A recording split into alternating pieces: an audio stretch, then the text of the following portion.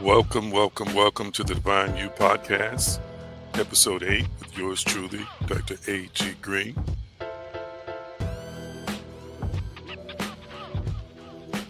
want to encourage you to tag, share, and text this podcast, streaming to you live right now on whatever platform you're watching, whether it's Spotify, Apple, or YouTube. Take the link and just share it with somebody. I believe that the subject matter we're covering here today is going to impact somebody in a most powerful way. Thank you again for being here. And I always consider it an honor and a privilege whenever I'm able to be with you. The Divine You Podcast with yours truly, Dr. A.G. Green, is your gateway to uncovering the infinite power within. Prepare to evolve, transform, and ascend. And for those who like to spend time online, connect with me on social media for more powerful content on this subject and more. Follow me at AG Green Now on Instagram, TikTok, Facebook, and YouTube.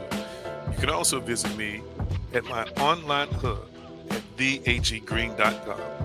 That's theaggreen.com. I believe you'll be glad you visited me. We also want to help you to recognize that we have opportunities for you to be able to buy merchandise, wonderful things like that on the aggreen.com that you see on the scrolling ticker for just a few seconds. And you can also order prayer requests and other wonderful things at the divinespeciesshop.com. divinespeciesshop.com. Well, what a day it is, or another day of blessing and empowerment for you. Your day may not have started the way you desire, or it may have started the way you desire. At any rate, it has the potential to turn into something unusually special. So tap in, exercise your faith to see a better outcome, and just raise your level of faith, your energy, your frequency, and your vibration. Let's do it. Let's get into the second part of this series that I have been discussing with you. I'm about to put it up on the screen here. Take something off real quickly so it will not interfere. I was intending to actually take something else down, still working these controls myself, uh, so that you can see for yourself. Here we go. Episode 8, The Power of Affirmations, Part 2. Episode 8, The Power of Affirmations, Part 2. Now, put the template back up. There we go. We started a wonderful discussion on affirmations, and as I shared in the last installment on the podcast, somewhere down the line, probably I'm thinking more or less 3 months from the time that this podcast airs live, I will be doing an extensive series, a writing blog series on affirmations, and then a series of other videos that you'll be able to find on our Patreon or in our Patreon community. Matter of fact, let me see if I can get that up for you right quick. I want to encourage you to join me on Patreon. You can Google it at patreon.com/AG Green Now. That's patreon.com/AG Green Now. Or you can download the app and look for AG Green Now. When you get to the AG Green Now page on Patreon, you'll see Revolution Inc. at the top of the page. Revolution Inc. at the top of the page. And when you find Revolution Inc., that's the actual name of our spiritual community. Okay. And you will be in the right place at the right time. So the reason I mention that is because it doesn't say AG Green Now as my other sites do. It's called Revolution Inc. And eventually we'll most likely get that changed. That spiritual community is growing by the week. There are free and paid tiers there. I encourage you to join the paid tiers because I like to give higher level information, higher level revelation to those paid tiers, which consist of s- patrons who directly support me through that membership. We also do all kinds of wonderful things there. We are a spiritual community. We give, we chat, we exchange information, we vibe with our tribe. We are the tribe that vibes together. So make sure you visit me on patreon.com/AG Green now for more powerful dynamic teachings, interactions, just a wonderful fellowship of people in the spiritual community who are deconstructing religion, growing in spirituality, and experiencing bliss in self-love, and of course, more discovery and exposure to the dynamic creator, source, and sustainer. All right, affirmations part two. Affirmations part two is what we are dealing with here on this particular day. The Power of Affirmations part two. And if you missed part one, please make sure you go to the other podcast. That should be number seven. It will be number seven, so that you can experience what we have shared with you there as well. I think you're going to enjoy it.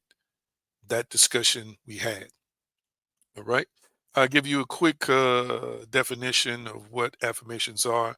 At the most basic, affirmations are deliberate, positive, and often present tense statements used to challenge negative thinking, solidify personal values, and reinforce identity. That is the basic definition.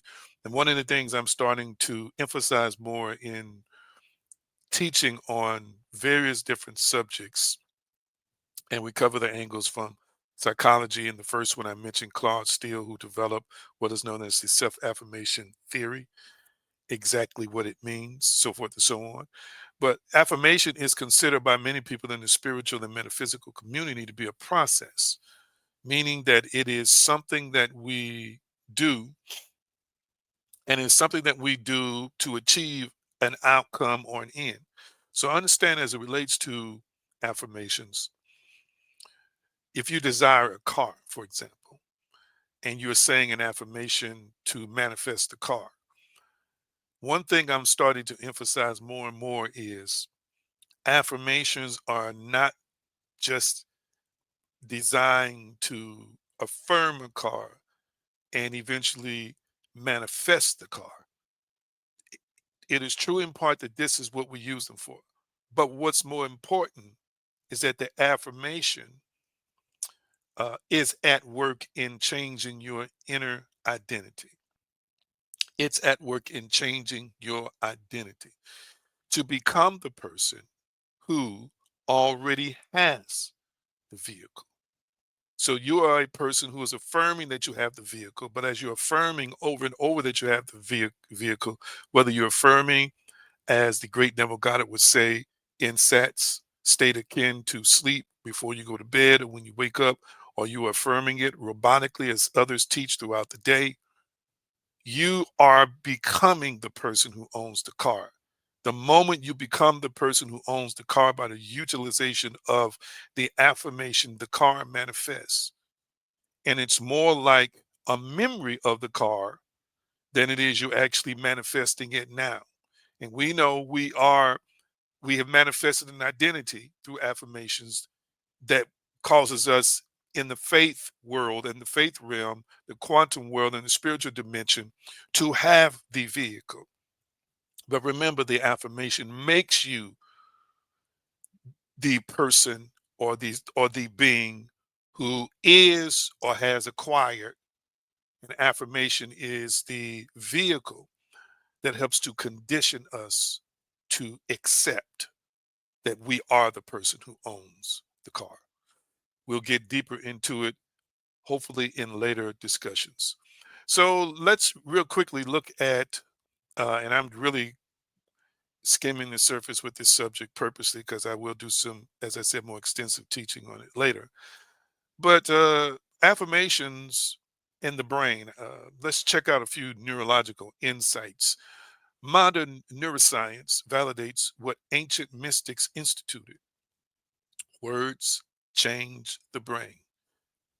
Matter of fact, you can write that down and type it. Words change the brain.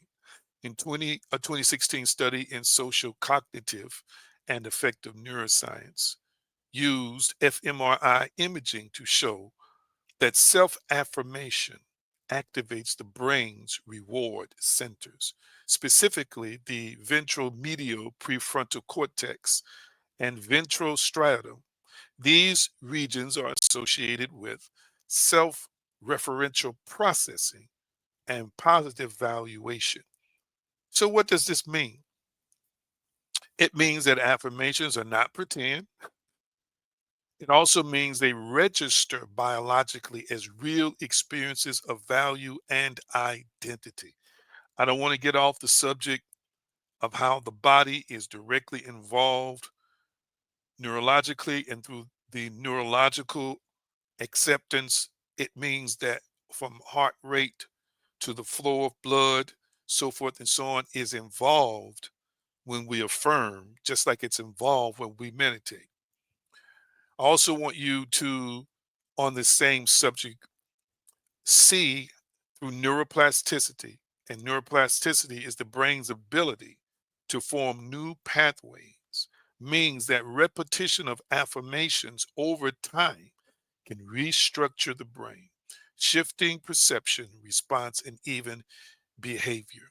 When I'm praying for people privately or I have clients that I'm dealing with, one of the things I like to always give to them is a specific affirmation for their situation and show them, whether it's verbally or through written instruction, how to utilize the affirmation every day to bring them to a point where they shift and change inwardly to not just be saying the affirmation, but embody it itself. I understand it's going to change their brain in such a way that's in alignment with the answer to the prayer or the answer to the new identity they desire to acquire. This scientific principle echoes the biblical truth. As he thinketh in his heart, so is he. Proverbs 23 7a. Let's look at a few spiritual perspectives, some ancient practices, some eternal wisdom. Affirmations, family, they are not new. They are not new. I know it may be new to you and new to others, but they are not new. They've been involved in sacred religions and traditions and spiritual practices for years. In Judaism and Christianity, we find declarations like, let the weak say, I am strong. Joel 3:10. In Islam, the recitation of divine names, the core centers, the self on attributes like Al Rahman, the merciful. In Hinduism, mantras like Soham, I am that, link the self to the divine essence. Powerful. Buddhist meditations often begin with statements like, may I be happy, may I be well. So in each tradition, you see that there's a recognition of the power of sacred speech, not just to honor the divine, but to invoke transformation within. Death and life is in the power of the tongue, and they that love it shall eat the fruit thereof. That is another biblical text that I have spoken over my life for many, many years and have found it to be very, very, very uh, a very powerful mechanism um, in my daily life. That's Proverbs 18 and 21. Proverbs 18 and 21. I think I misquoted it in the previous podcast. It's actually Proverbs 18 and 21. So in these traditions, affirmations are not about the ego, but about realignment with the truth. Type in the section, comment section, wherever you're watching me on. Affirmations are not about ego, but about realignment with truth. I'm going to say it again. Affirmations are not about ego, but about realignment with truth. Let's check out the metaphysical point of view real quick. Words are vibrational energy in the metaphysical world. So, from the standpoint of metaphysics and quantum consciousness, affirmations are vibrational encodings, spoken energy patterns that influence both the speaker and the field around them. Now, before I say a little bit more about that, Dr. Emoto did some work on sound with water. It's powerful, powerful, powerful, powerful. Look it up. You'll see that water holds vibrational patterns. And they did experiments where they had people speak into water, saying everything from mean, hateful things to things of love.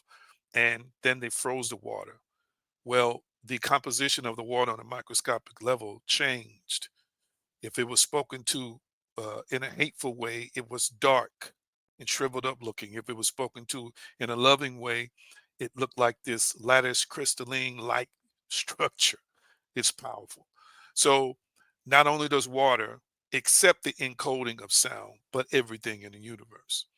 The law of attraction, though often misunderstood, posits that like attracts like. That which we think, feel, and speak is echoed back to us by what they call the quantum field. Some people call it the spiritual dimension. As Neville Goddard taught, assume the feeling of the wish fulfilled. The statement is not meant merely to describe, but to create. And one day we'll have some discussions around the law of attraction, law of being, law of assumption. Okay, you're utilizing them every day, whether you recognize it or not. When an individual speaks, I am free and feels it. And the feeling is not just about emotion, although emotion is connected to it, but it's the feeling of the scenery. It's the feeling of the imagery. It's the feeling of your location, your experience. You're in the experience, and you can literally feel it to be true, true in a bad sense, true in a good sense. So when an individual speaks, I am free, they are not only asserting identity, they are broadcasting a frequency that attracts experiences matching the vibration. I believe through the law of assumption, or being assumptive, or using faith to believe that an outcome is determined. Again, faith I teach is not just to get receive good things, but faith is what all spiritual beings use to create, whether it's good or bad. You're broadcasting a frequency when you open your mouth. A cymatic frequency is attached to the sounds that we speak. It is a frequency of a command. It is a frequency that the universe recognizes. Let's look quickly at the role of imagination in terms of thought before speech. I want you to understand that affirmations begin before they are spoken. Imagination is the silent architect of the spoken word. Type that in the comment section. My imagination is the silent architect of the spoken world. In other words, you're going to think, imagine before you speak. So as you're speaking something, you've already thought it, you've already imagined it. In many cases, you've already felt the experience inwardly. Dr. Joseph Dispenza says, he's a neuroscientist and metaphysical teacher. He says, to change is to think greater than your environment, greater than your circumstances, greater than your conditions in your world. So powerful. When we desire better, we're really desiring greater. For example, the car situation, if you desire a car, it could mean that your finances, your current finances in the three-dimensional, tangible, physical sense, look depleted. Well, you're going to have to create an image of you, or create an identity of you that already has the vehicle, which means you're creating an identity of you, a version of you, or tapping into a version of you that's greater than the present physical three-dimensional circumstances you live in right now. You have to expand beyond, or expand, excuse me, to align with what you are, what you desire to be in terms of the acquisition of something, which means you usually have to rise above or become greater than present set of circumstances.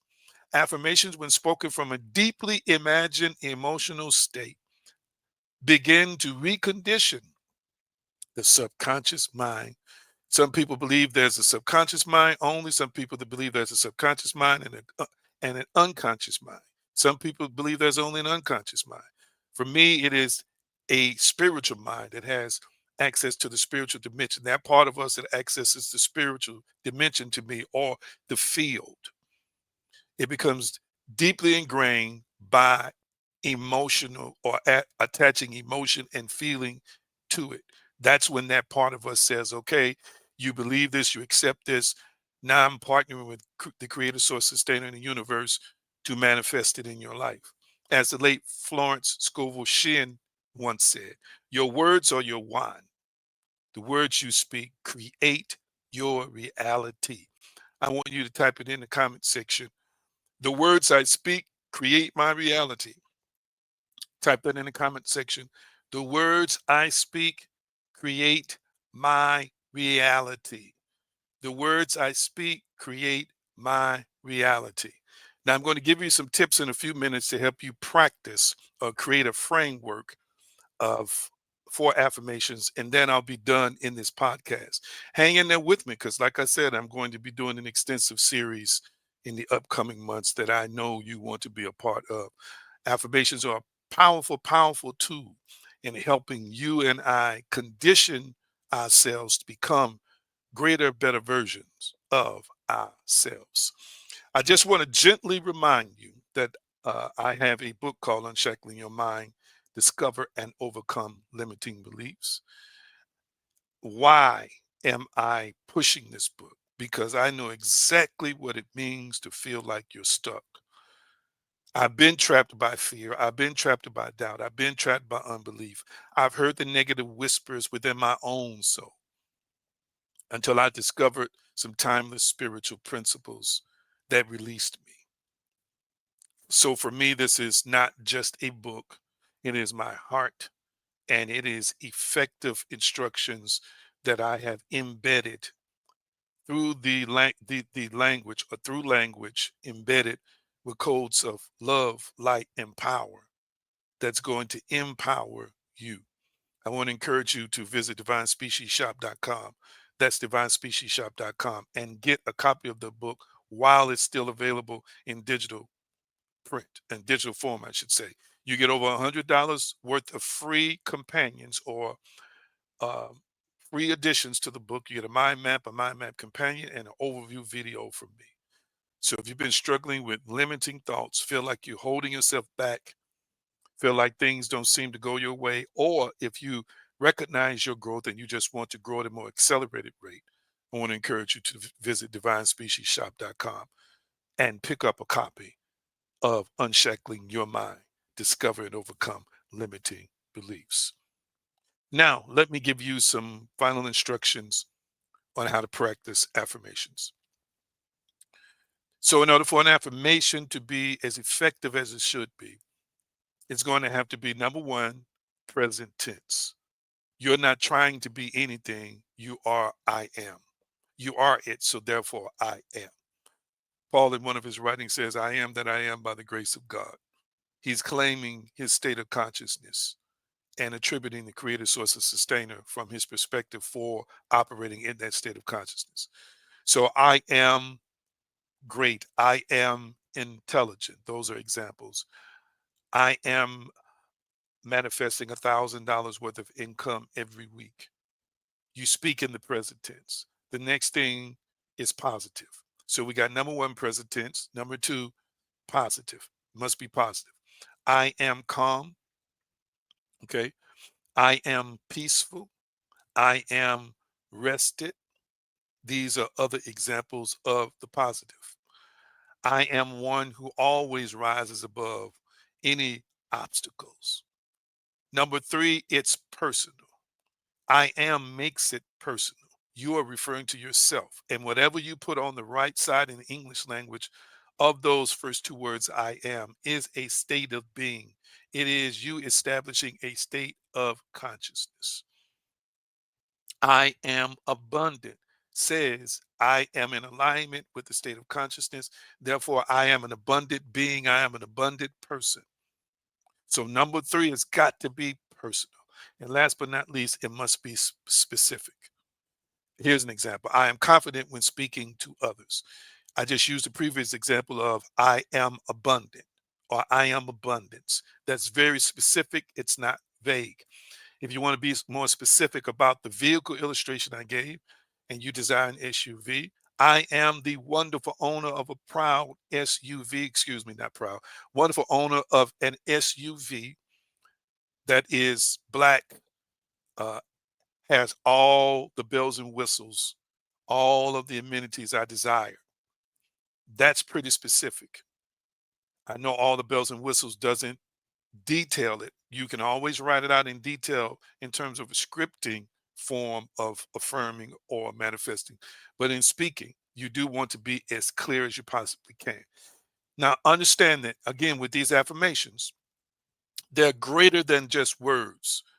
There must be a belief or a knowing when you speak it. I feel that one. There must be feeling and repetition when you affirm it. I know some people do it robotically, but I encourage people to know that they know that they know when they're declaring and decreeing it, speaking like it's a memory, like it's already happened. Attach feeling with it because in the moment that you are behind the wheel of that car, you're gripping that steering wheel and you're sitting on those leather heated seats. Feel the joy of that.